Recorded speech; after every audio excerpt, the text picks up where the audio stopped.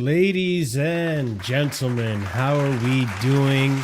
Big up to every single one of you that have been waiting in the chat. Apologies for the delay, but like our friend Pierre Romero says, lateness is greatness, and we have a great one for you today. Before we get started, as always, guys, smash up the like button, subscribe to the channel. If you are new here, hit the bell notification so you're notified whenever we do go live. Links in the description for our guests' channel as well as in the title. So go ahead and show some support and some love for our guests like we like to do here on Casually FC. Also, memberships, 4 different tiers starting at 99p. All helps out the channel tremendously. Ladies and gents, you probably know him from Never a Foul, his own channel. I think he's been on Sarcasm City. He's been on Carefree Lewis. He's been on all the Chelsea channels and outlets and all great football channels and outlets. The Terrace. He's been everywhere. He's been making a name for himself in the YouTube world and the Chelsea community.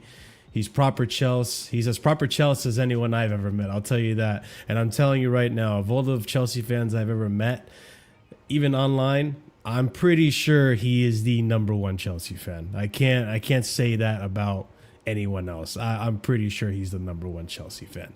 But enough of me talking. You guys know who you're here to see. Ladies and gents, here to make Chelsea great again, the president of Make Chelsea Great Again. Give it up for our boy, CB.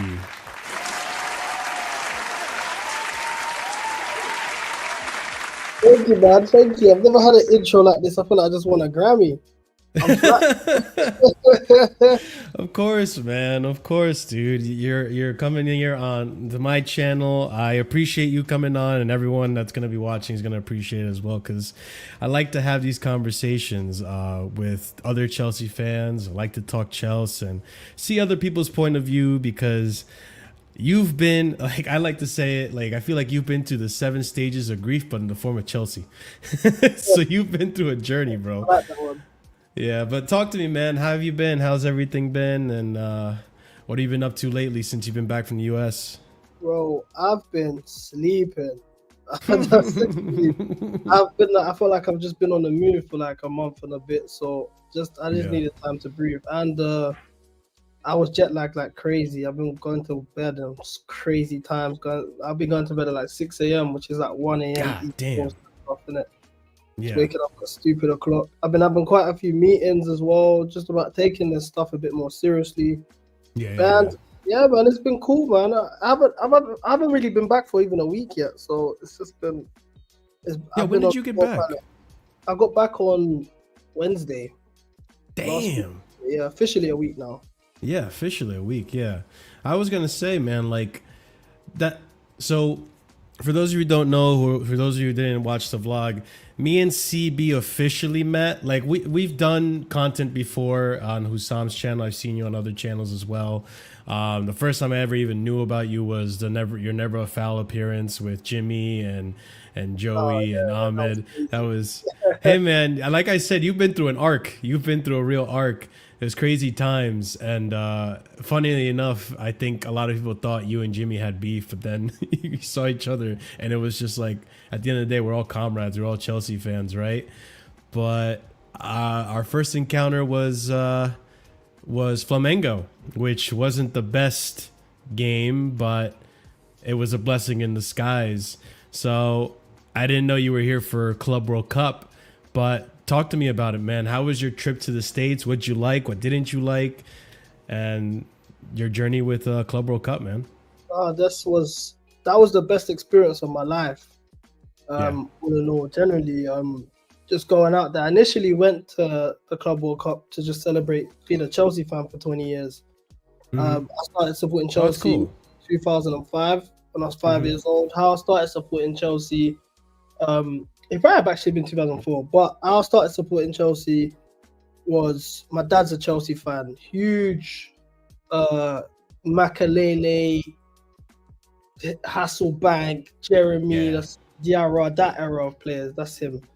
And I remember watching Barcelona against Chelsea at a bridge on TV. You know when Ronaldinho done that little shimmy and just dinked it? I remember my whole house going crazy. I used to always have family over on Champions League nights. I remember my whole house going crazy and my dad was just fuming. And I looked at him and I was like, you know what? I'm Chelsea. Like, I know what it means. From there, so that was how I became a Chelsea fan. So it was literally just celebrating 20 years. So I decided, I've had a bit of an up and down journey, like you've said, supporting Chelsea the last 3 years, I'd say. But generally, Chelsea's the love of my life. So I just felt like, let me actually do something to celebrate 20 years supporting the club and also just build a connection with the club as well. I was getting into it quite a bit online with like Robert, Jimmy, a lot of the American fans who just talk about our standards and all of this type of stuff. I was like, let me see what it's saying over there. I did not expect the trip to turn out the way it did. Like you said, I ran into you in Flamingo. My first game was Atlanta LAFC. You went to all of them? Yeah, I went to every game. I missed one game. Benfica game. Charlotte. Okay. Yeah. So yeah, like I went. Damn, I thought you went to that one. I wish. I didn't. I booked a flight and I missed the flight, and I was just like, you know what, it's not meant to be. It was a day trip, but luckily I missed that flight because there was the lightning stuff. So I would have not even been able to catch the end of the game, and I would have been just sitting on the plane going crazy trying to figure out what's going on. Because there was a 2-hour delay, and I needed to leave. The return flight was at 9 p.m. and the game finished at 11. So yeah. I guess that's part of the issue with the US is traveling isn't as convenient as it is in Europe. Yeah, definitely not. But all in all, yeah, like I said, Atlanta, I loved Atlanta. One thing I've noticed about Atlanta is everyone's black, and they're proper Chelsea. All of the cities I've been to in terms of Chelsea, I would say Atlanta's probably number one. Really? They had a whole bar dedicated to Chelsea, loads of memorabilia, loads of signed shirts, all sorts of stuff. Word. That circuit's really cool, actually. Yeah, they had a proper massive Chelsea community over there, and a lot of people. I met a lot of people that were traveling from like the south, down south, of like a bit of like Texas. I saw Texas. I saw Virginia. I saw what do you call that place? Oh, mine's gone Louisiana. Yeah, the Lou. I saw New Orleans. That's New Orleans, Louisiana, isn't it? Yeah, Louisiana. Yeah. I saw all of that, and that was dope. I loved Atlanta in terms of Chelsea. We got Maryland. I saw a lot of DMV and Philly. To be honest, that's where a lot of them were at. So yeah, Philly, Delaware, Massachusetts. You mentioned the Flamingo game, yeah. My first Chelsea game, I was 10 years old. The first ever Chelsea game I went to was in 2010 against Wigan. We won 8-0. We clinched the title. Drogba scored a hat-trick and won Golden Boot. That's when you go when it comes to like standards. From the first time I ever saw Chelsea, it was like this. I was like 9 years old. 100%. So that was in 2010. So in the last 15 years of going to Chelsea games, that Flamingo game was my worst ever experience watching Chelsea play. We got absolutely humbled. Yeah. I've seen losses. Like I've seen us lose to Bournemouth like 3-0, some stupid shit like that. I've seen us lose to Arsenal. I've seen us lose cup finals to Liverpool. I've seen quite a few losses, but that Flamingo game was insane. I cannot even put into words. Firstly, I was at the LFC game. It was super chill. No one was at the stadium. It was pretty empty. Everyone that was there was a Chelsea fan. It was super lax. We're looking at it like this is a walk in the park. We'll win. We have a routine win. Moving on. So I'm looking at Flamingo. Like obviously, we know that Flamingo fans have been talking mad shit since we drew them in the group. Yeah. Calling us bugs, life, all of this weird stuff. So I'm like, okay, I do want to embarrass these lot, but not one thought came across my mind that we were gonna lose that game, let alone conceding 3 goals. So when we were there, and I noticed, wait, there's way too many red shirts. Like, this is getting out of hand. And I'm doing street interviews, so I'm talking to all the Flamingo fans, and I'm asking them, what do you think the score's gonna be today? 3-0, 4-0, 5-0. They're super confident, and they're talking shit. They're saying Gerson's better than Caicedo. They're saying all sorts of weird shit. I'm literally Googling Gerson as they're saying it. I'm like, they were going crazy. Then atmosphere. So like, this is the issue that I'm really, really trying to work my best, like, with whatever way I can to fix this, because the atmosphere in terms of Chelsea fans, seeing it in this tournament summed it up, that it's not a Stamford Bridge atmosphere issue. It's not an Americans issue. It's generally just a culture issue club in terms of chants, atmosphere, whatever. It's super dull. The only difference is in America is you guys have the let's go Chelsea, and we have Chelsea. But that's it. We don't. I looked at the Flamingo fans. I wasn't sitting in the Flamingo end.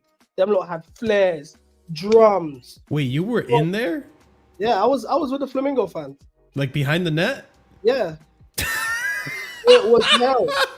Bro, you were in the trenches. Yeah, I was going through it. We scored off the first goal. Neto scored, and I'm giving it the big, and I'm tapping the back now. All sorts of shit. And that experience with the Flamingo fans, everyone I talk to, I try to explain it.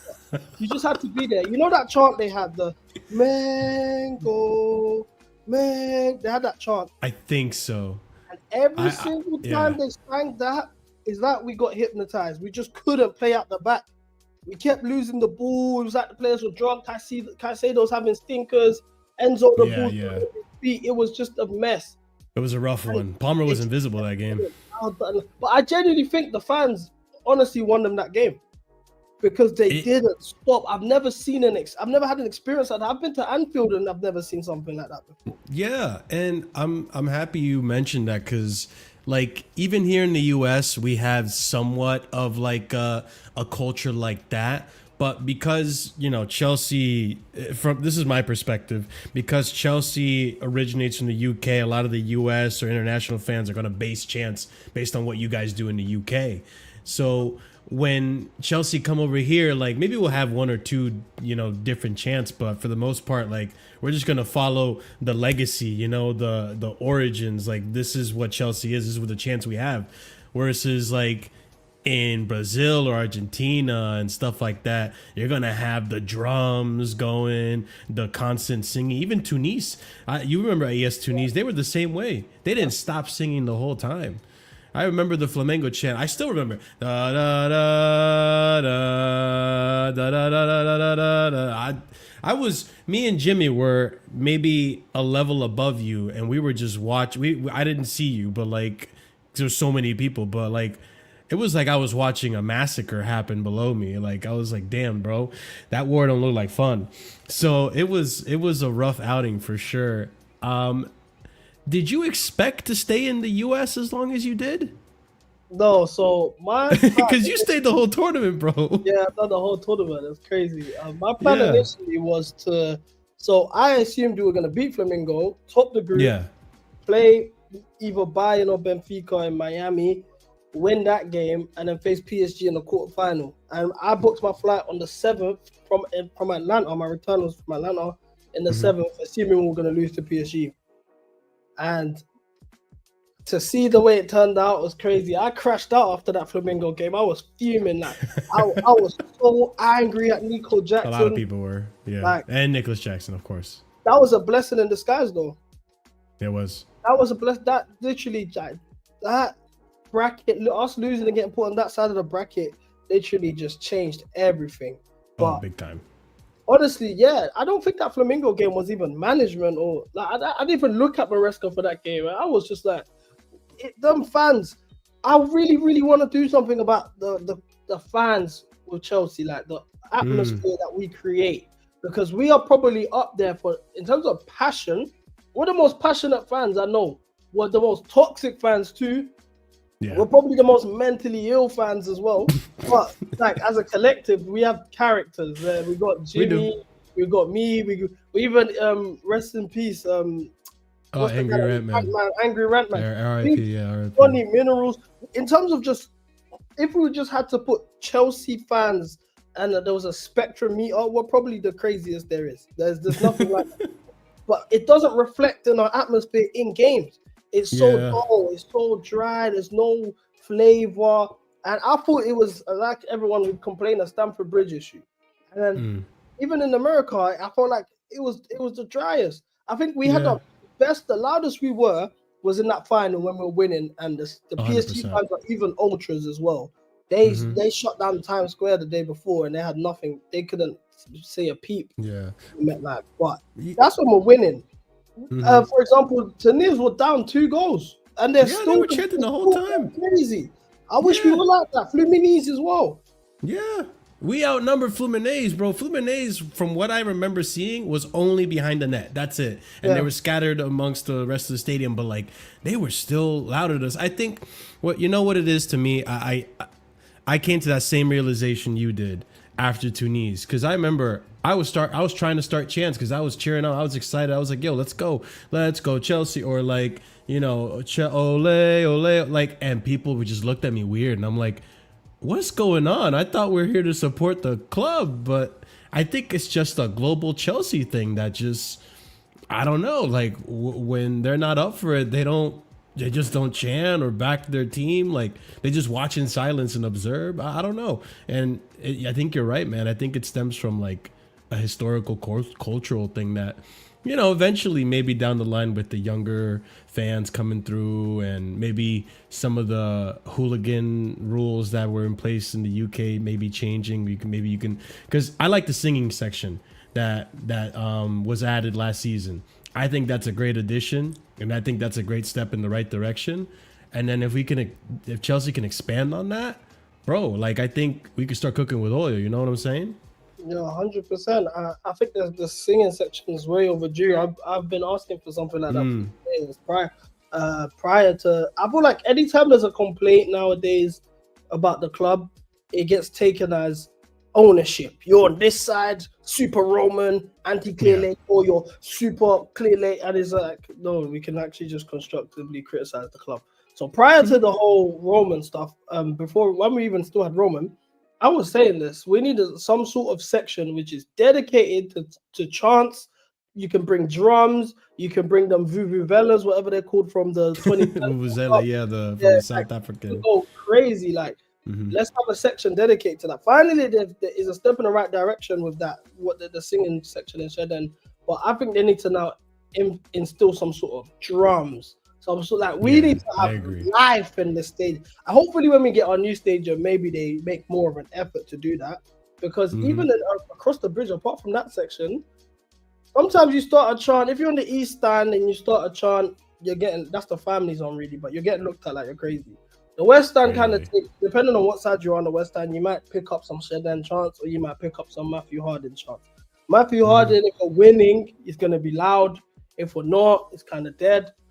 So I hope they do improve on that, all in all. But in terms of American chants, I love the Mexican wave, man. That was off, especially the wave. I was in that wave. I was loving it. That wave is fun, isn't it? Like, you don't think it looks stupid when you watch it on TV, and then you see it like, oh, this is kind of sick, bro. This thing is going around. You're challenging a certain section to keep it going. You're seeing it stop. Everyone starts booing. You keep going. I love that. That's fun. And it gets bigger and bigger, and especially like when you're at MetLife and it's like the capacity was for Fluminense or the final, like it's a fucking big wave. You see it, like it's insane. But it was a fun time for sure. And now that I I feel like you've come full circle with Chelsea, right? Because we won the Club World Cup, and it feels like we're finally. I can finally say, like, I feel like Chelsea's back now. You know, like for me, top four wasn't enough to say Chelsea's back. For me, Conference League, I was like, okay, that's a trophy. You need to taste silverware, but that's not the standard for me. For me, a tournament like this, beating a club like PSG, like, and all these other Brazilian teams that people, rivals are going to say, oh, you had the easy route. No, yo, these Brazilian teams were clapping all the teams in front of them. Like, there's a reason. I think all the Brazilian teams made it to the next stage. Fluminense, Flamengo, Botafogo, Palmeiras. Yeah, they all made it to the knockout stages. They were all good. And we made it look easy. And now everyone is, yeah, for the most part, the majority of Chelsea fans are pretty happy with how the team is going. I think the ownership and directors have earned a little bit more trust now. I'm not going to completely blindly trust them, but regardless, there's been improvements. The window has been looking better than last season. Some of the players we got, João Pedro, looked great. Delap looked good. I guess what I'm trying to get at, and I want to ask you, is you've been through the 7 stages of Chelsea, where in the beginning, this time last year, I think I want to clarify something, because I feel like a lot of people probably thought you had one of those I want Chelsea to fail so I can be right agendas, which there are fans that were like that, right?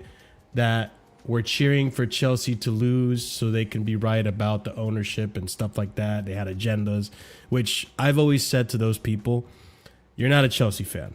Like, you can have like criticism on Chelsea. You can say you don't like this and that. And for the most part, I would probably agree as to why. But to want Chelsea to fail so you could be right, I don't think you're a fan at that point.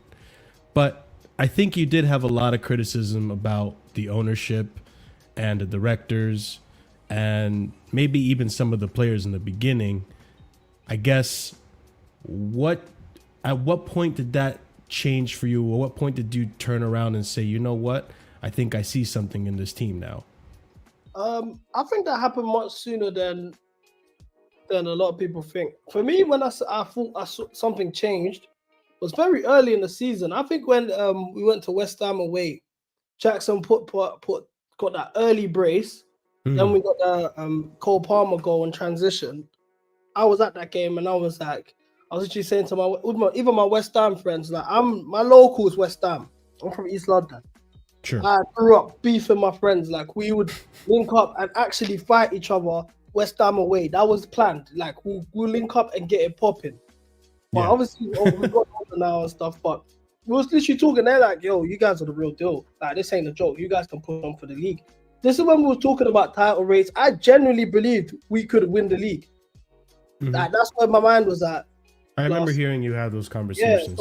That's where I was at early last season. At this point, I saw, okay, there's something here. This Cole Fofana pairing, they look serious. Cucurella started very well. Caicedo's balling. Enzo had a tough start to the season, but we had Lavia, which we didn't have last year. Jackson was looking like, I don't know, Thierry Henry or something. It was mad. So, at this point, I'm thinking, yeah, okay, there's something here. That's why a lot of my frustration came about with, number one, with the directors, my issue was we didn't address the striker, which we all knew we needed to address even prior to that. And they told us it was a 4-window plan before we can compete, and the 4th window closed at that point. So I had a lot of issues with the directors still. And then the dip in form came. And that's why I was so frustrated with the dip in form, because I'm like, you guys are clearly good enough to win the league. I even this season, I'm saying we can touch on that a bit later, but I think these lot are good enough to win the league. So what the fuck are you guys doing right now? That's where a lot of my concerns came. But when I think something clicked fully after the Neto winner against Fulham. Okay. That's what I was like, yeah, okay, because we've always been a resilient team, especially this season. We showed it. When I go down to Arsenal, equalized. When I go down to Man United, equalized. When I go down to Liverpool, equalized. Like you could see in these 2 down against Spurs, you can see in these big games when the stakes are high, we go down, we come up and we rise. Pause. Yeah. So the Fulham game showed it, and then obviously Real Betis as well in the final. We showed it as well, a higher stake game. But yeah, I've always seen something in these players. But my issue was more so a mentality thing, where it's like when we 100%. expect you to win, you don't. When everyone's counting you out, you guys are the best team in the world.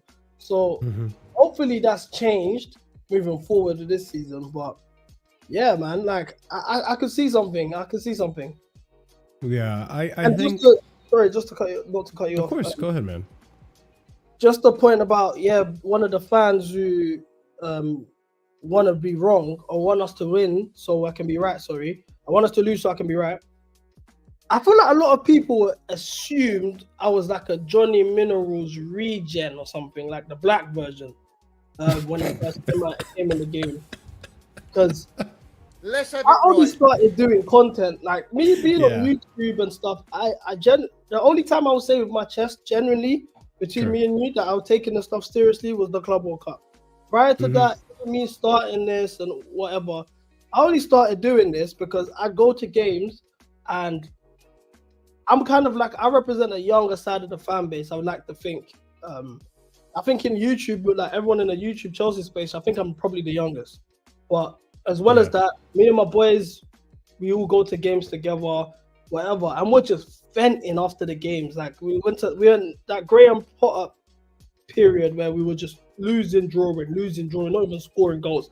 We were just venting on the way home all the time. And Pochettino era was a tough time. Pochettino era, the first half of his season, and people are just like to me, yo, see, like, you need to speak for us, bro, because there's no one speaking for you guys. For us. So I was like, you know what? I started going on spaces a bit, whatever, and it's annoying because no one's seen me while we've been good. When we're good, I talk the most shit. That's my whole thing. I'm a master rage baiter of the rivals. I grew up. My older brothers, my little brothers are Arsenal fans. So, it's war. I'm talking shit all the time. Like, that's always been my thing. But because we've been bad and I've had to complain, and you see a version of me that is like, oh, this guy, it's never been the case for me. I genuinely just wanted to raise standards. My whole thing has been, let's get to the top. We belong at the top. We've been in the top my whole life. Why are we not at the top anymore? That's what now we're currently champions of the world. I have no reason to have an issue and start complaining and ranting, and like we've won the Club World Cup and people are talking about, oh, it's not enough. Like it got. I feel like there's just a lot of cucks in our fan base. I'll be honest. You're not wrong. There's a lot of people that honestly, they just love to be miserable no matter what. I could even see, like, I could see a world where if we win the champs, Chelsea fans are going to come out and say, oh, well, we had an easy route, right? The ones that maybe have an agenda. I could see a world where if we win the Prem, right, Chelsea fans can be like, oh, well, they're not Chelsea fans, but some of the negative Chelsea fans can be out there saying like, well, we only won it because Man City, Arsenal, and Liverpool dropped the ball. Kind of like how rivals were saying to us this last season, how, oh, we only made top 4 because everyone else was shit. And I was like, no, we made top 4 because we were one of the best teams in the league, especially at the end. Third best defense, high XG with Liverpool, so on and so forth. I think in terms of what you were just talking about, my initial impression of you when I saw the Never a Foul stream, I was like, yo, this man watches Johnny Minerals, bro. Like, it's literally what you were saying. I swear to God, my little brother's my witness, yeah? Yeah. The first time I ever watched the Johnny Minerals stream was after I went on Football Terrace one time talking about the owners, and everyone in the comments was like, Black Johnny Minerals. And I was like, who is this? I've gone out my way to actually watch him. I didn't know who he was prior to me starting YouTube. I've only watched one of his streams ever, but for so long, I always get this comparison and it don't make sense to me. Yeah. He don't even like me. That's the craziest thing. I had no idea. He don't like me. But the thing is, like, I think it's because the thing is, I think people need to realize something. like there's a difference between in the beginning, right? Where I was just saying like you can criticize the ownership because I feel like there's too many fans out there that take it like black and white. Like you're either in or you're out, right? And it's like, well, that's not true because I have plenty, like I have been trying to be patient about this whole thing. Since day one, I was like, okay, they're going to strip everything Roman made and they're going to set up a new standard, right? Like, so I've always wanted to get back to where we are now, and even getting back to where we are now, barring the Club World Cup. Before that Club World Cup, I was like, this is the minimum. Like this is just the lower end of the standard. The standard is competing for the league, winning the league, winning champs, winning domestic trophies, just getting trophies again. And I felt like we were much closer to that after Club World Cup. But I've always said that like this is a project. They're gonna rebuild everything. They stripped everything away. They fired the landscaper. They fired the maids. They took everything away. They fired the people that were scanning tickets. They hired all new staff, bro. All new staff. So I'm like, yeah, of course, like what happened under Roman isn't gonna be there anymore because all that was built under Roman was stripped away. So they're gonna start fresh, and this stuff is gonna take time.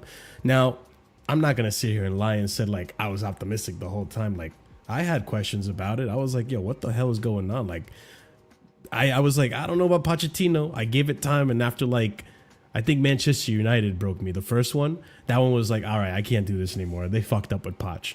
And it's just like, I always knew like, okay, maybe there's a plan here. Let's wait to see how it plays out. And I feel like after the last summer, you were like, okay, some of these things make more sense.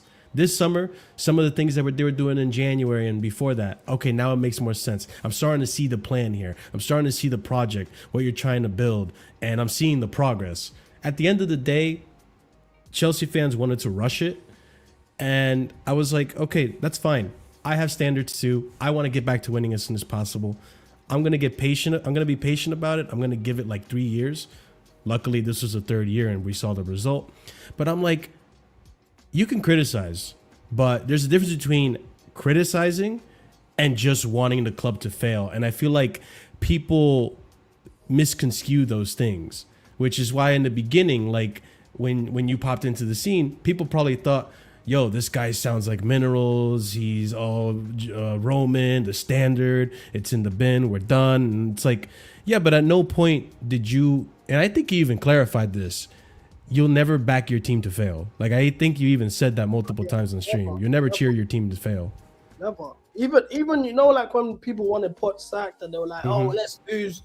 That shit used to piss me off. That's cuckoldry. I could never do that. Like you said, it was obviously the last 3 years. You need to understand how exactly we lost the club. Yeah, it plays a big part in how the new ownership will receive, because it wasn't like Roman wrote a message and said, you know what, guys, I've done my bit. It's been 20 years. I've just decided to step down. Well, because he did choose Toboli, so you could say I've chosen these guys to take over. I think they've got the right plan. But his hand was forced. Yeah, he was forced to do it. It was like a thing where it was like we had no choice. We had nothing to do with this war in the first place. We just got our club snatched from us. It felt like.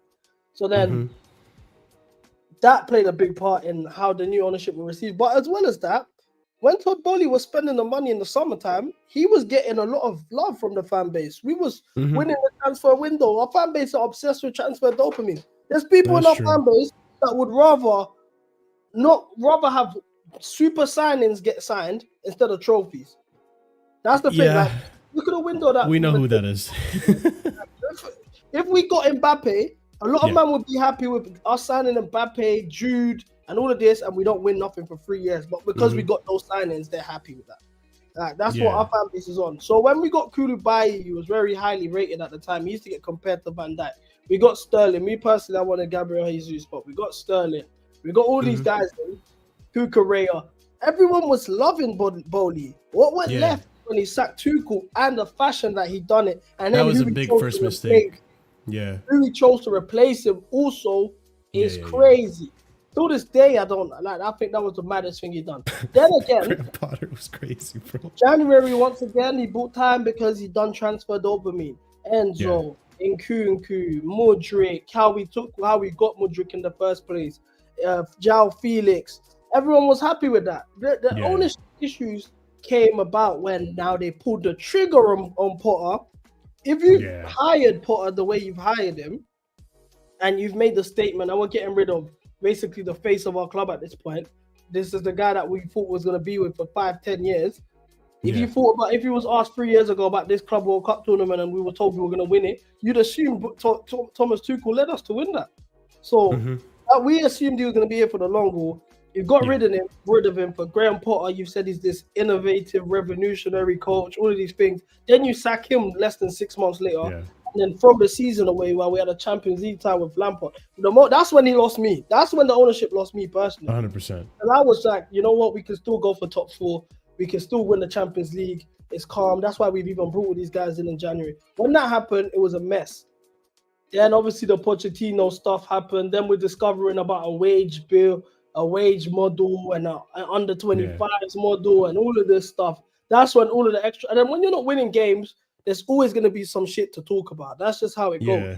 So I do think, though, that people like Minerals, I do appreciate what they did at the time in terms of highlighting certain issues we had with the club. That is true. And that is very true. It actually added the extra pressure on the ownership to succeed. I think if everyone was happy-go-lucky, oh, yeah, let's trust them, whatever, there wouldn't be the extra effort. There wouldn't be the, fuck it, we're throwing 150 million on Caicedo. Let's do this. All of these extra measures they put in place to try and win now as soon as possible. I don't think that's the case if the fan base doesn't apply pressure. So I do appreciate it.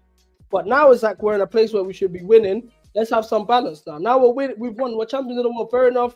People are going to give this credit. It's a preseason tournament, whatever. That's the new talk now. Whatever. Yeah. It is what it is. But let's push on for the league. And I think if we win the league, our majority of our fan base are edgy though. Like when we won in 2017, we won the league in 2017. People wanted Diego Costa sold and shit like that. Like we've always been a weird fan base. Like it's gonna be that section of the fan base that's never gonna be happy though. Of course. They probably do it because they know you can get a reaction from it. Yeah, but, I mean, ever since they made Twitter blue, I feel like Twitter kind of got fucked because now it's all about engagement and making money off of it. But that's a whole different conversation. I think you pointed on something that I actually think is true. I mean, there were people like Minerals and other people on the platform that were calling out things that I'm not going to say I agreed at the time, but I was in denial about at the time, right? That, oh, there's a for-profit model and all these other things and all these criticisms, which there were things that he was saying that were justified, that a lot of other fans were saying that were justified. And I was like, you know what? Now in hindsight, when you look at it, and especially when you say it the way you said it, it's like, yeah, that is kind of true. Like they did call out a few things that turned out to be true. On top of all the other stuff that, you know, are like you were saying, now there needs to be a balance, right? And I think in the beginning, you're right. The way it was taken, obviously, is going to rub all of us the wrong way. Like, Roman didn't choose to sell the club. He was forced to sell the club. And that's also kind of why I gave the ownership a benefit of the doubt, because I don't think if Bowley genuinely wanted to buy Chelsea, he probably would have had the money ready. And maybe we don't have a consortium. Maybe it's just Bowley. You know what I'm saying? But because it happened so quickly, and this is like, yo, Chelsea's for sale. This is one of the only opportunities we're going to have to get him. Ekbali, Weiss, and all these other guys, yo, can you guys help me out? Let's do a share of this and let's buy the club and let's kind of figure it out as we go, which, like you said, that first season was messy. The amount of, like, I never liked how quickly we just got rid of some of those players, like Jorginho's, Kovacic, Ruben Loftus-Cheek, so on and so forth. I was always like, why not transition slowly? Because some of these players that you're getting, they're really young. Why not get them to kind of learn and pass the baton off rather than just strip it immediately and just give it to these young players? I always thought that was a mistake. Tuchel, how that worked out, we'll never know the truth until Tuchel writes a book, but like How did that sacking happen? Bali apparently wanted to sack him, and Boli wanted to keep him, and like the differences of opinions. And then last year, I remember we had this whole civil war talk and all this stuff. A lot of things were just messy in the transition, but I said, you know what? Let's see what happens. This is a mess. I never expected to drop down to 12th ever. Like being a Chelsea fan, I was like, yo, if we're gonna drop, 6th place. Like still in Europe, but 6th place, the lowest, because there's a whole transition, start a new project. 12th is ridiculous. And then obviously we ever had the 12th worst team in the league, though. Do you know what I'm saying? Like, I don't think no, we were. But our attack was shit, bro. No, the attack was definitely shit, but yeah, nah, we weren't that bad. I'm sorry. I'm like, I look at it. João Felix coming in, Modric coming in. We still had Havertz, Mount, Pulisic, Enzo Fernandez. Yeah, even that Enzo. Silva, Koulibaly, Kukurea. Benoit Badiashile cooked that season. Yeah, it wasn't like we actually weren't that bad. It was just it was so toxic there. And a lot of people did. A lot of the players didn't agree with the Thomas Tuchel exit. That's the truth. Yeah, me neither. Decision at all.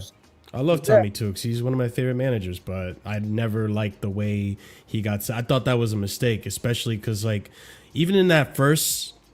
Because our standards were high, right? Like we knew Tuchel wasn't doing so great in the beginning, but he was doing good enough to keep us in top 4. You know what I'm saying?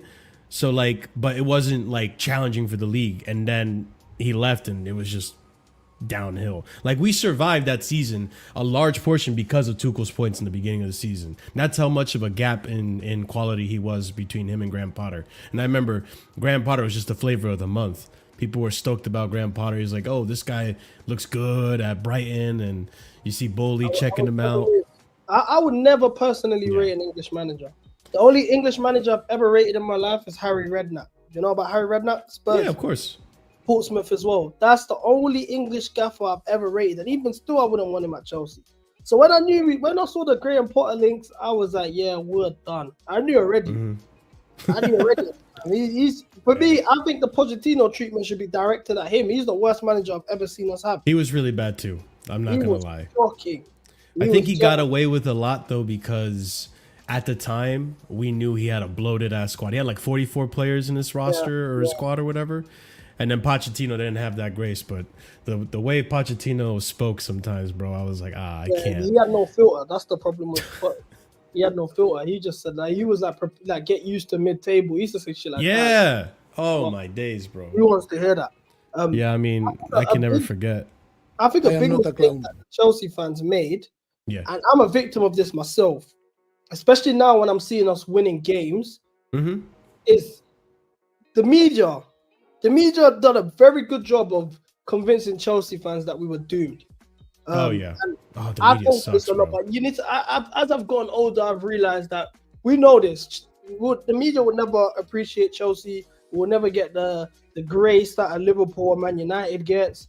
We're always the villains in whatever story, whether it's us, getting long contracts, which was like loopholes that actors they twisted it up. Yeah, we got criticized for that. I remember. Yeah, all of these PSR things that everyone's doing now, we got criticized for. All of like anything that we do is always going to be slandered or discredited, whether it's success. Even now, we're champions of the world. We're hardly getting our flowers for it. Jamie Carragher has not said anything after calling us out. But when you're in moments where you're losing, and mind you, like I said, this is an ownership we don't have no history with. I think what they should have done better is, I wish they spoke more during the bad times. They kind of would just go and just talk about this young player. And every time they did speak, it was like business. And it's like, okay, try and build that relationship with the fans a bit more. So that's where they went wrong, but the media didn't help. And I feel like I fell for a lot of the stuff the media was saying when it came to how I was looking at Chelsea and the ownership and all of these things. Because now in this case, I think this is the best we have been since they've taken over. 100%. And the media are still doing their little funny games and digs and, we're spending money, it's 5 billion spent. When people say how much you spent, I say 5 billion. I say, don't even say a billion. We spent 5. Fuck it. Like, yeah, but that's the thing too. Like that that was like something that they were using like as a bat to beat me over with. And I was like, bro, at least I have owners that are willing to spend money. Like, it might not be the best spent and it might not be well spent, but like time will tell, right? Because it's still a young team. Some of these players are hits. Some of these players are going to be misses. But I remember, you know what it felt like that first season of the takeover? It felt like how United was treated last season, where everything was like, oh, the cafeteria ladies got sacked. They didn't get their bonuses this season. Like, the media just had it out for us. And they were reporting anything that was negative and sensationalizing everything. And it was shitty, bro. It was shitty. But in terms of now where we are now, which in hindsight, like, I'm glad I was patient. I'm glad I wasn't like overly negative or ownership out and stuff. Do you feel, well, let me ask you this, because I remember you went to the protest, right? Yeah. Do you feel that protest, now in hindsight, like, do you feel like you went to that protest because of the results, or did you feel like the ownership were making mistakes, the directors needed to leave? Like, what made you go to that protest at the time, and how do you feel about it now? The reason I went to the protest was I was under the impression that this ownership didn't really value winning, especially winning now. I was too, to be fair. The business model, and then once the model is fully flowing in about 5, 6, 7 years, we will be competing. And I wanted to do something about that. Obviously, the results played a part. January window was closing. We had the only incoming we got was a Mogu, if I'm not mistaken. Yeah, pretty much. And we recalled Trev. Yeah, we recalled Trev. Knowing that we didn't sign a striker the summer before, which we needed. Then Jackson was no, at that point Jackson went injured. He was on a goal. At that point, Jackson hadn't scored since Brentford. Yeah. So those things there were my issues. You're not investing in the squad now. And my only thing, my biggest complaint, on top of my issues actually, is the fact that they don't communicate with the fans. I always felt like that was a lose-lose though, CB, you know? Because I feel like anything they said, they would have just twisted against them. But that's just my take. Yeah, I understand, especially how I think if they were addressing the fans early on, I don't think it would be like that. But because they were silent for so long, it's like now anything they say holds so much weight. But if you were just in constant communication, even little fan letters, the Chelsea fan advisory board was reaching out to them. The Chelsea supporters trust reaching out to them, and they were getting ignored. So it's like even little things like that, just keep people updated. Oh, we have a plan. You can say the most generic response. We have a plan. Please just have faith in us. Little stuff like that. I hated the fact that we were left in the dark, and the only thing that we could rely on is Seb C fucking posting a thread talking about the finances, or big up Bobby Fairview will do a space breaking down the finances and how much debt we're in. And we're like, fam, how can they don't realize how much mentally that affects the fans, especially when we're at a place where we're winning. Do you know who actually done a good job? The only person at Chelsea who I say tried their best in terms of talking to fans is two people. It was Trev. When I first started doing content, Trev, I was on playback at the time. Those of you in the chat that might remember, we lost 5-0 to Arsenal. I'm losing my shit. Whatever. He called man on Instagram and he spoke. He was like, what, you're going to be on stream or whatever? You doing anything? I said, I'm on spaces, whatever. He said, cool. Called man on Instagram and he literally apologized to the chat like, yo, guys, I can't lie. Yeah, I'll put my hands up. We could have been better. This and I don't even think he finished that game, if I'm mistaken. But I was like, you're making an effort to build with the fans. That's why for me, when he got sent to play for Cobham and go on that dry loan, I was so upset because I could tell he actually cared about fan opinion. Another one who's like that is Carney Chukwemeka. Them lot keep their ears. They're young as well, so we're all the same. Yeah. So to them, they're very much on social media. They keep their eyes and ears to everything. They're seeing what's going on, all of this type of things. They make the effort though to reach out and this could be better. I like that. I'd prefer if that was the case. I'd prefer if I heard from the players more than the owners anyway. But I don't like the generic "I'm sorry." Da da da da. I Yeah. really wanna I tweeted this earlier. I wish there was an open dialogue between the fans and the players, where this game means a lot to us. Put extra effort. You've had a bad game, or you fucked up, or we've been embarrassed. We've had a catastrophic loss like the 5-0 or Carabao Cup, and you can come in, take the heat because we're gonna talk shit, and you're gonna be like, you know what, fair enough. We're gonna look at what KD does. I wish we was like that with football, where we could have a clear dialogue and we'd understand. But just sorry, I went on a tangent. In terms of the protest, my main issue was no communication from the ownership, no indication that they wanted to win as soon as possible, and the result. Yeah, I know. You wanted to ask me, sorry? No, go ahead. Go ahead. Yeah, I do. I think results have been good. They are showing they want to win, especially how they brought in João Pedro in the Club World Cup. They tried to get in Gittins on time. They did take the club. They did brief they were taking the Club World Cup seriously, and they did take it seriously. So credit where that's due. And let's just see how the rest of the window goes. If Hato gets done, Xavi Simons gets done. I feel like as long as we don't sell Jackson, if we don't sell Jackson, I think keep having Jackson, Delap, João Pedro as a free striking options is fine. Don't touch it. Give Jackson another year, and if it don't work, it don't work. But I'm happy with the squad at that point. Yeah, and that's the thing, and I like that you touched on the communication part, because that was something that people were frustrated about, and I remember also feeling the same way. But my stance was more like, I feel like no matter what they say, people are just gonna rag on it. But in terms of what you mentioned, there's player criticism, and this goes back to this whole opinion on Blue Co and all this stuff. I never have a problem with people having a difference of opinion or changing their opinion. I don't think people are flip-flops for that. I think when you get presented new information, your opinion on that information is going to change.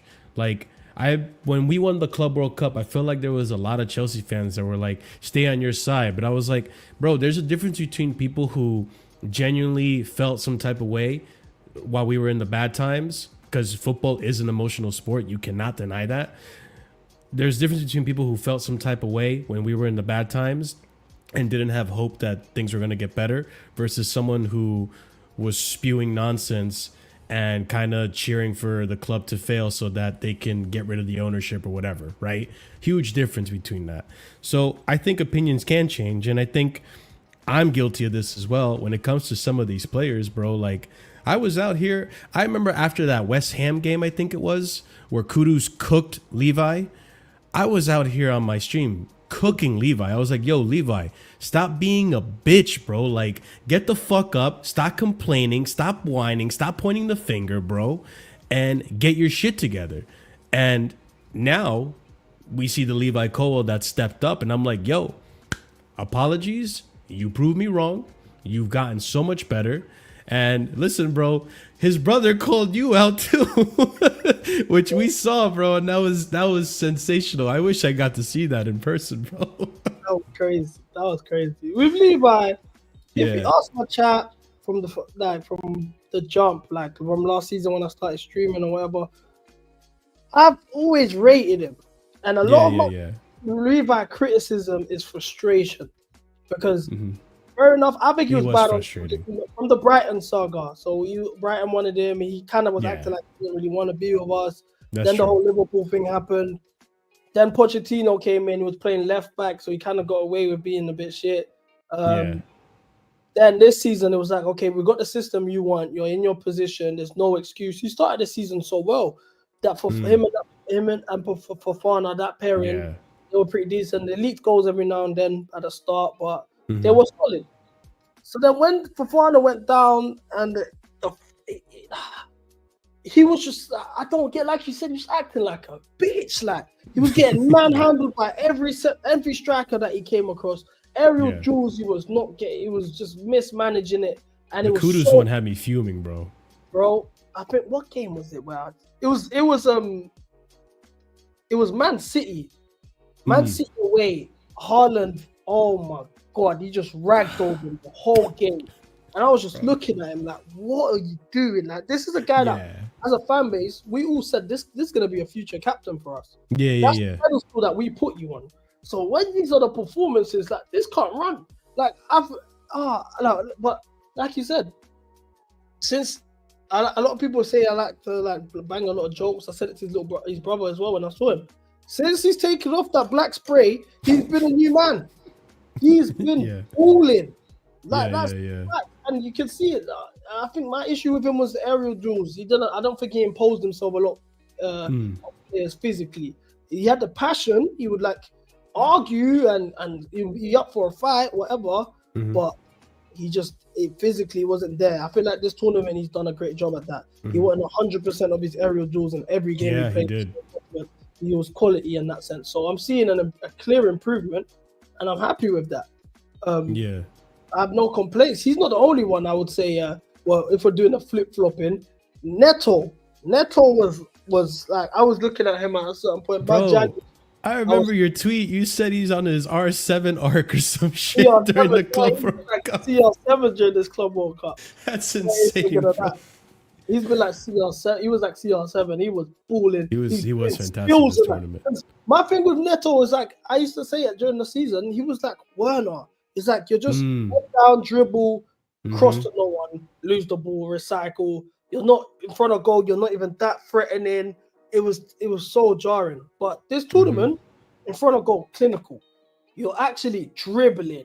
You're creating chances. I'm seeing I'm seeing the Neto that I thought we were gonna sign initially, and crazy because I think we were a bit harsh on him, considering this was his first season ended at the Club World Cup.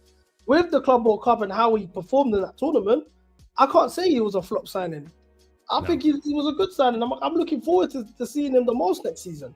But that period was so jarring. But what I will say is, what I like to look at myself as when it comes to, I feel like every Chelsea fan has their lane. You know, we've got. I think Jimmy is just like, he's the crash out king. If we lose a game, he's like, I love rage baiting him after a loss. That's my favorite thing ever. Bro, I have clips of him in here, man. Like his crash outs are generational. He needs to be careful, man. He's gonna pop an aneurysm or something, man. He needs to chill. But he's that's his lane. He's like the crash out. I think you're one of the more objective fans. There's lanes for everyone. But for me, I look at it like, I feel everything. My mood and how I feel about the club is dependent on the last game.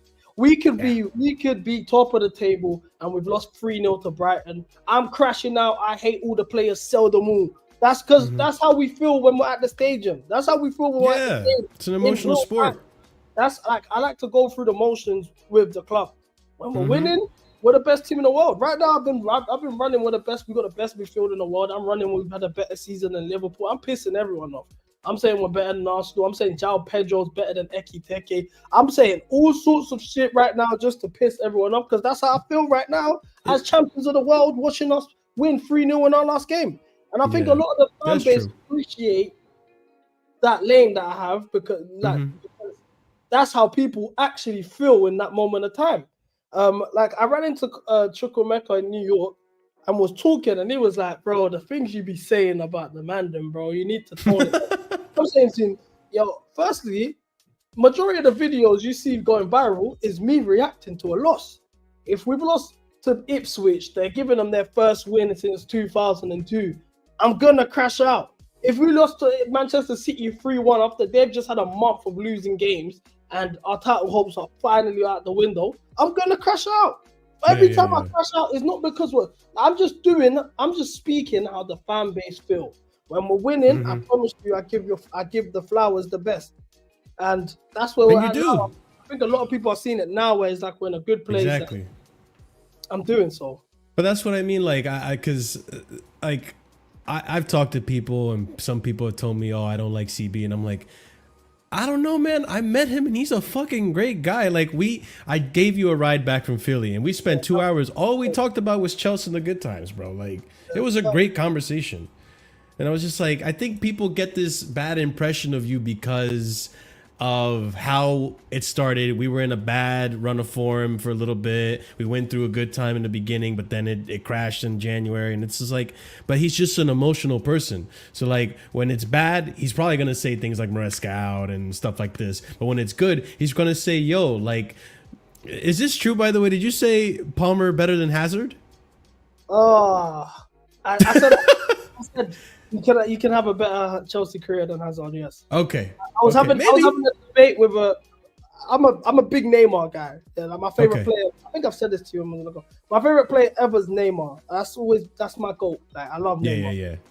I was having a debate on my stream start of the season. This is when we won when Palmer scored 4 goals against Brighton. Oh yeah. Oh yeah, bro. I was on smoke that one too. I was like, this is the best player in the world right now. I was talking shit, but I was saying, he could have a better Chelsea career than Hazard. So now one of the Hazard guys on my chat was like, well, that means he's going to be better than Neymar. And I said, wait, watch your mouth. So what I'm like, now, turn me against Hazard for a sec.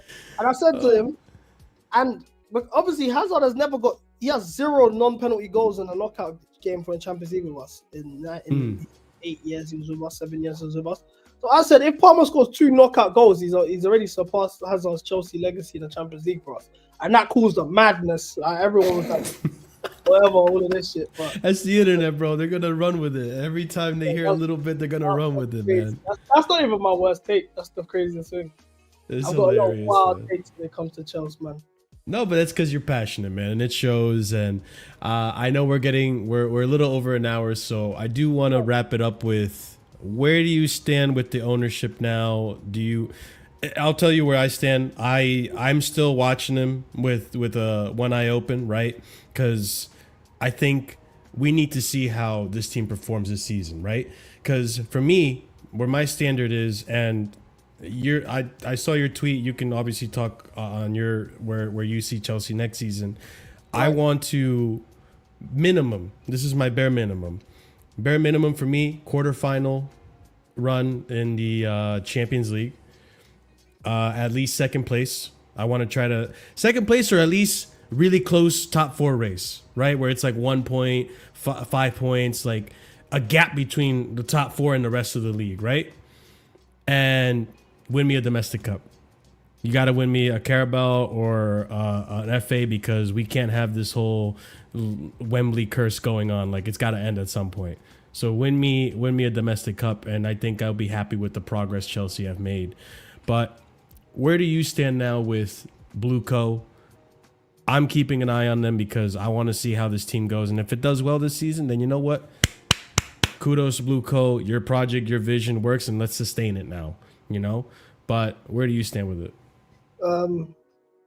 I think the jury's still out for me. I do think they've shown that we can win with these guys.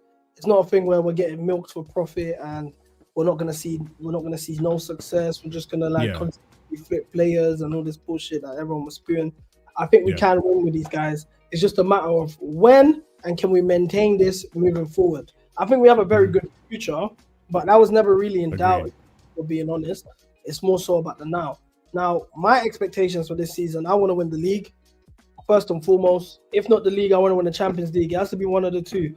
We're going on, we're champions of the world. And for us, we got to maintain that or retain our title, because the moment that, let's say we get knocked out of the Champions League, but we're champions of the world though, doesn't really hold weight. Yeah, it doesn't matter, Yeah, it don't mean shit. So we need to win one of the two. I want to win the league, touch the Champions League final. I think if we aim for the final in a one-off game, we can beat anyone. So I agree. I'm not worried about that. I want to win a domestic cup. And I need to see Cole Palmer touch a Ballon d'Or podium and get PFA Player of the Year. That's my goals for next season. Ballon d'Or is going to be tough, but I think it's doable. That podium is going to... If this was his bad season, everyone's been like, he's had a bad season. I think he had a bad run of form. This is his bad season. He's had a better, his numbers wise, he's had a better season than Lamine Yamal. There's the thing, I'm running all of these debates that we have, these stupid debates we entertain, need to stop. This Rice and Caicedo stuff, it's Caicedo and Pedri. It's Caicedo and Vitinha and that. That's where we need to. These are the conversations we need to force ourselves into. I'm running Cole Palmer versus Lamine Yamal all next season. That's fair. This is where we like we need to stand. Like I said, I want to win the league. Most importantly, it's been a while, man. We starved, man. We got a nice Champions League run in the league. I'm happy with that. Mm-hmm. And the reason why I don't want to put the foot off the gas and go for another top 4 race is because I don't want us to get comfortable with where we are. Agree. There's no cap on greatness. We talk about make Chelsea great again. There's generally no cap on greatness. And yeah, man. I think these players are gonna want to win the league this season. I think for sure the mentality that I saw during that Club World Cup convinced me that these players are now getting into that mindset now that like, yo, winning is everything at Chelsea. Trophies is everything at Chelsea. Even Enzo Fernandez came out and said like Chelsea before the game, he was like bringing Chelsea back to where it should have never left. Like, and he's 100% right on that. I think in terms of what I want and I think is capable, I think we can definitely challenge for the league. Like, I think it'll be a close between us and Liverpool. I really do think this team can do it. Obviously, I would like to see a goalkeeper come in. I think we can still do it with Sanchez if the case is that we unlocked Sanchez's passing ability. Because, bro, that PSG game, I was like, what the fuck, Sanchez? Where was this all season? If he can do that for the season, then I think we're going to be just fine with Sanchez because he was making the ghost of Peter Cech took over that guy, bro. I'm just saying the ghost of Peter Cech took over that man's soul, and this guy was generational on the day. So if he can maintain that form throughout the rest of the season, then I'd be okay with Sanchez. We're linked with Hato, so a backup left back is nice. He can also be center back as well, so that covers 2 lanes there. The other, Xabi Simons, I think would be a great addition. And I think with those players, the team can definitely cook and challenge for the league. I also think that this team can make it to the Champions League final. And then, like you said, I think with that one-off game, we can beat anyone. And I definitely think this team can win an FA Cup or a Carabao Cup or both. I'm with Chess now. Like, I'm seeing this team, and people said, "Oh, inexperienced, young." Well, what do you think happens after a season? They don't gain experience. They gain experience, and these players are going to get better, man. They're not even 26 yet, so these players are going to start cooking, man. And I'm excited to see what next season holds. But CB, I don't want to hold you any longer, brother. Thank you for your time, and I appreciate you being here. Anything you want to say to the chat and the people watching in the future? I just want to say, like, first and foremost, thanks for having me on here, man. You're running. Thanks for coming on, man. Platform, man. I love what you got going on, and it's an honor to even be here. Like you said earlier, we had a 2-hour-long drive, man. That was proper dope. Got to know each other, and then, like you said, a lot of people don't really. I come across the wrong way when you look at my content, but all in all, I feel like we need to make an effort more to, like, for the people watching to realize, like, a lot of people, just because you don't agree with someone's opinions or whatever, doesn't mean their character's bad. You know what I'm saying? I'm always a happy-go-lucky guy, no matter if we don't agree on certain things or whatever.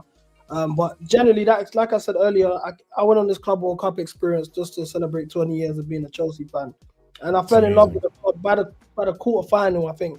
Like the round of 16 against Benfica. After that game, I fell in love with the club all over again. Yeah.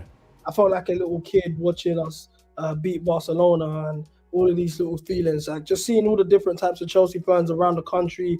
People, I saw Chelsea fans from Tunisia flying, from Mexico, from Nigeria, Ghana, people across different states, and just all the different types of kits. I saw a Paulo Ferreira kit.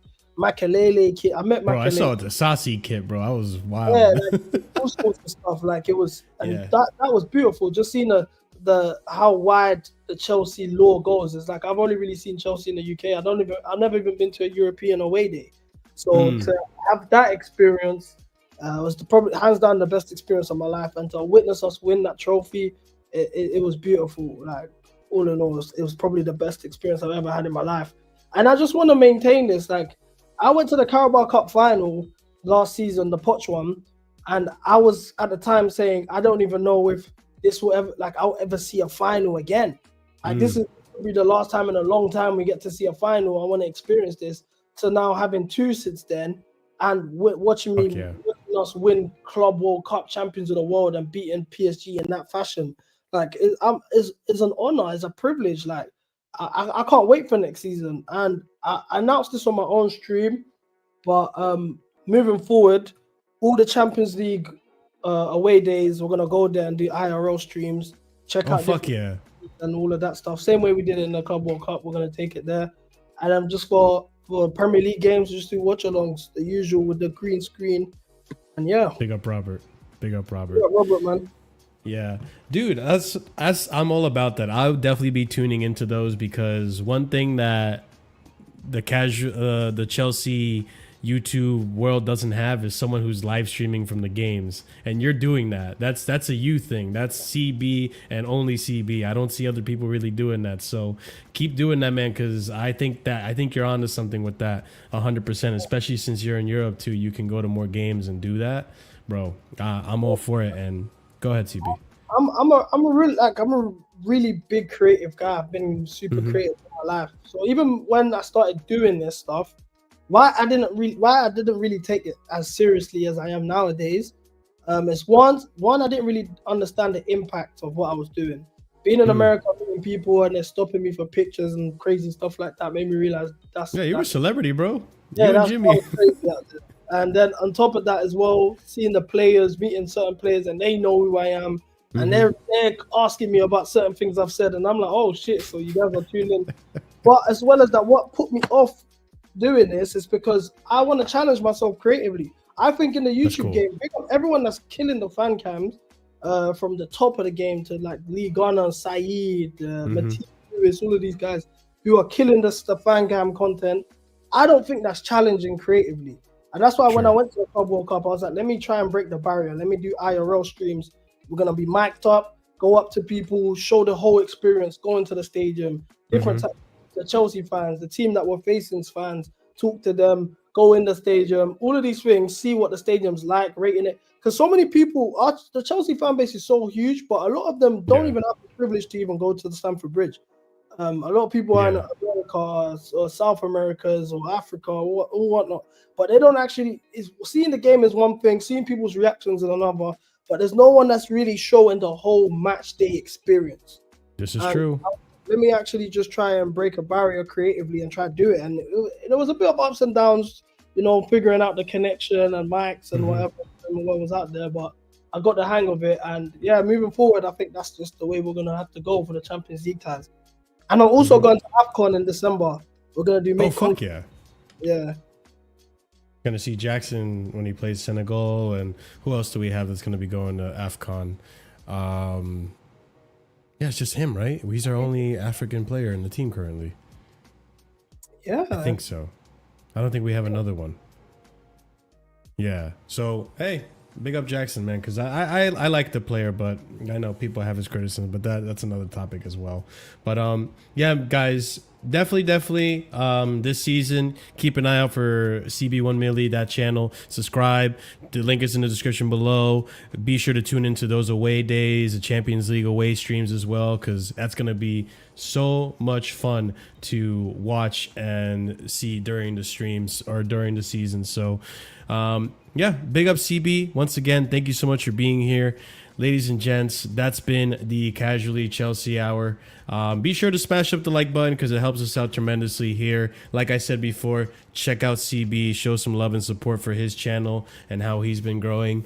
Be sure to also subscribe to the channel if you're new here. Hit the bell notification so you're notified whenever we do go live. Also going to give shout outs to our proper Casually and higher tiered members, and that's going to be Daniel, TM127, EE, Dark, Adrian, A Solomon. Big up to you guys for helping out the channel. Big up to everyone else who's also been a member.